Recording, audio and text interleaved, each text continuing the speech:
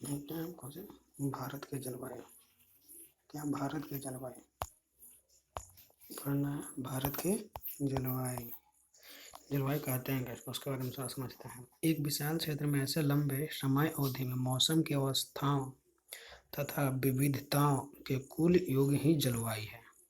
मतलब लंबे समय अवधि में मौसम की अवस्थाओं तथा विविधताओं के कुल योग ही क्या है, जलवायु है। मौसम एक विशेष समय में एक क्षेत्र के वायुमंडल की अवस्थाओं को बताता है। वायुमंडल के अवस्थाओं को बताता है। किसी भी क्षेत्र की जलवायु को नियंत्रित करने वाले वहाँ प्रमुख कारक हैं। 6 प्रमुख कारक हैं। अक्षांश, ऊंचाई, वायुदाब, पवन तंत्र, समुद्र से दूरी, महासागरीय धाराएं एवं उच्चवाच लक्षण। देखते हैं मानसून। मानसून जो है, मानसून शब्द की व्युत्पत्ति अरबी शब्द मौसमी से हुई है। इसका शाब्दिक अर्थ है मौसम। मौसम। मानसून का अर्थ है एक वर्ष के दौरान वायु की दिशा में ऋतु के अनुसार परिवर्तन। मानसून का अर्थ क्या है, एक वर्ष के दौरान वायु की दिशा में ऋतु के अनुसार परिवर्तन में मानसून है। मानसून की उत्पत्ति कैसे होती है, तो मानसून की प्रक्रिया को समझने के लिए निम्नलिखित तथ्य महत्वपूर्ण हैं। ठीक है। तापीय संकल्पना। क्या तापीय संकल्पना, तापीय संकल्पना स्थल एवं जल के गर्म एवं ठंडे होने की विभेदी प्रक्रिया के कारण भारत के स्थल भाग पर निम्न दाब क्षेत्र, भारत के स्थल भाग पर निम्न दाब क्षेत्र उत्पन्न होता है, जबकि इसके आसपास के समुद्र के ऊपर उच्च दाब का क्षेत्र बनता है। स्थल पर निम्न दाब क्षेत्र बनता है और समुद्र के ऊपर उच्च दाब का क्षेत्र बनता है। तापीय संकल्पना और तापीय गतिक संकल्पना। गतिक संकल्पना क्या कहता है, फ्लोन के अनुसार ग्रीष्म ऋतु के दिनों में अंतः उष्णकटिबंधीय अभिसरण क्षेत्र की स्थिति गंगा के मैदान की ओर खिसक जाती है। मतलब है कि ग्रीष्म ऋतु के दिनों में अंतः उष्णकटिबंधीय अभिसरण क्षेत्र की स्थिति गंगा के मैदानी क्षेत्र में खिसक जाती है। यह विषुवतीय गर्त है जो प्राय विषुवत वृत्त से 5 डिग्री उत्तर में स्थित होता है। इस मानसून ऋतु में मानसून गर्त के नाम से भी जाना जाता है। मानसून ऋतु में मानसून गर्त के नाम से भी जाना जाता है। अंतः उष्णकटिबंधीय अभिसरण क्षेत्र ये विषुवतीय अक्षांशों में विस्तृत गर्त एवं निम्न दाब का क्षेत्र होता है। यहीं पर उत्पन्न उत्तर पूर्वी तथा दक्षिण पूर्वी व्यापारिक पवनें आपस में मिलती हैं। यह अभिसरण क्षेत्र विषुवत वृत्त के लगभग समानांतर होता है। अभिसरण क्षेत्र जो होता है विषुवत वृत्त के लगभग समानांतर होता है, लेकिन सूर्य की आभासी गति के साथ साथ यह उत्तर या दक्षिण की ओर खिसकता है। सूर्य जैसे आभासी गति के साथ साथ क्या होता है, उत्तर या दक्षिण की ओर खिसकता है। सूर्य के उत्तरायण होने पर उत्तरी अभिसरण सीमा 30 डिग्री उत्तरी अक्षांश तक, जब सूर्य जब उत्तरायण होगा उस समय अभिसरण की सीमा 30 डिग्री उत्तरी अक्षांश तक विस्तृत हो जाती है। इस स्थानांतरण के कारण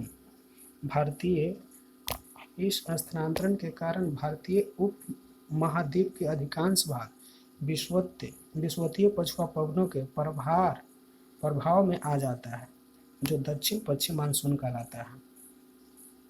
नेक्स्ट देखते हैं बिंदु कि शीत ऋतु में वायु दाब एवं पवन पेटियां दक्षिण की ओर स्थानांतरित हो जाती हैं, जिससे इस प्रदेश में उत्तर पूर्वी व्यापारिक पवनें स्थापित हो जाती हैं। इन्हें उत्तर पूर्वी मानसून कहते हैं। शीत ऋतु में कौन सा हो जाता है, उत्तर पूर्वी मानसून कहते हैं। जेट धाराएं सिद्धांत। जेट धाराएं है क्या, उसका क्या समझते हैं।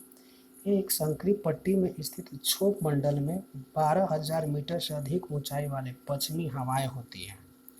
इनकी गति गर्मी में 110 किलोमीटर प्रति घंटा एवं सर्दी में 184 किलोमीटर प्रति घंटा होती है। बहुत सी अलग अलग जेट धाराएं को पहचाना गया है। उनमें सबसे स्थिर मध्य अक्षांशीय एवं उपोष्ण कटिबंधीय जेट धाराएं हैं।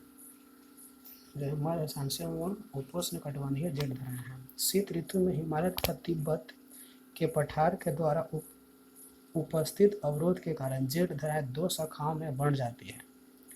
उत्तरी शाखा हिमालय तथा तिब्बत के पठार की ओर में तथा दक्षिणी शाखाएं इसके दक्षिण में बहती है।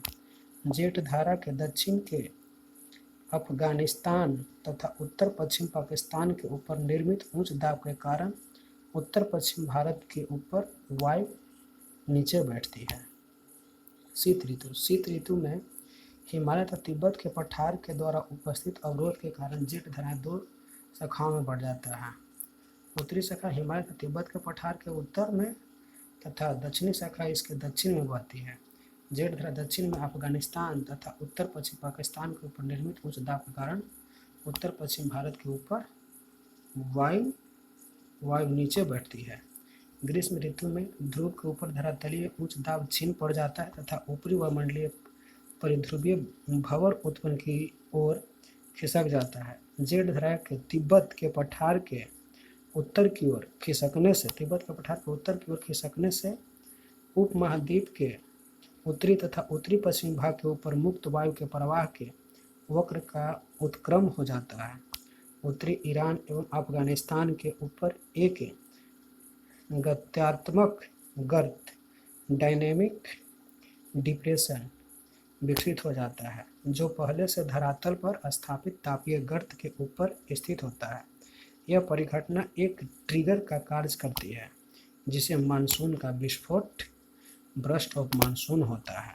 महासागरीय राशि: जब दक्षिण प्रशांत महासागर के उष्णकटिबंधीय पूर्वी भाग में उच्च दाब होता है, तब हिंद महासागर के उष्णकटिबंधीय पूर्वी भाग में निम्न दाब होता है। लेकिन कुछ विशेष वर्षों में वायु की स्थिति विपरीत हो जाती है। दाब की अवस्था में इस नियतकालिका परिवर्तन को दक्षिणी दोलन साउथर्न ओसिलेशन कहते हैं। दाब की अवस्था का संबंध एल नीनो कहलाता है। दाब की अवस्था का संबंध क्या कहलाता है? एल नीनो कहलाता है। दाब की अवस्था का संबंध जो है एल नीनो कहलाता है। एल नीनो किसको कहेंगे तो कहेगा कि दाब की अवस्था का संबंध क्या है? एल नीनो है। इस परिघटना को एनसो एल नीनो दक्षिण दोलन एल नीनो साउथर्न ओसिलेशन कहा जाता है। एल नीनो ठंडे पेट में चल रहा है। हाँ बोल दे बराबर बोल के ले वही आवाज लेने होता है।